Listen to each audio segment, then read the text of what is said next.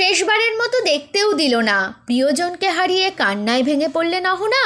ইতিমধ্যেই অনেকেরই জানা, রূপটান শিল্পী দীপঙ্কর রায়ের সঙ্গে সম্পর্কে জড়ানোর পর থেকেই মা চাঁদনি গাঙ্গুলির সঙ্গে সম্পর্ক ভেঙেছে অভিনেত্রী অহনা দত্তের। বর্তমানে মা মেয়ের মধ্যে কোনো সম্পর্কই নেই। গত বছরই চুপিসারে আইনি বিয়ে সেরে নিয়েছেন অহনা দীপঙ্কর। বিয়ের পর বেশ কয়েক মাস কাটতেই শাশুড়িকে হারিয়েছেন অভিনেত্রী, আর এবার অত্যন্ত কাছের মানুষ দিদাকে হারিয়ে কান্নায় ভেঙে পড়লেন নায়িকা। এই নিয়ে সামাজিক পাতায় একটি লম্বা পোস্ট করেছেন তিনি, যেখান থেকেই জানা গেছে শেষবারের মতো নিজের দিদাকে দেখতে চেয়েও তাকে দেখতে দেওয়া হয়নি। তার কথায়, একজন মানুষের দিনের পর দিন থ্রেটের জন্য তুমি আমার ভালোবাসা থেকে বঞ্চিত রয়ে গেলে। 1 ঘন্টা দরজার সামনে দাঁড়িয়ে হাত জোর করে কান্নাকাটি করেও তোমাকে শেষবারের মতো দেখতে দিল না। তখনও নিজের বাবাকে হুমকি দিয়ে গেলেন যে যদি নিজের দিদাকে শেষবারের মতো দেখতে যাই তাহলে উনি সুইসাইড করবেন। অর্থাৎ নিজের মায়ের বিরুদ্ধেই যে এই অভিযোগগুলো এনেছেন অহনা, তা কিন্তু বুঝতে বাকি নেই।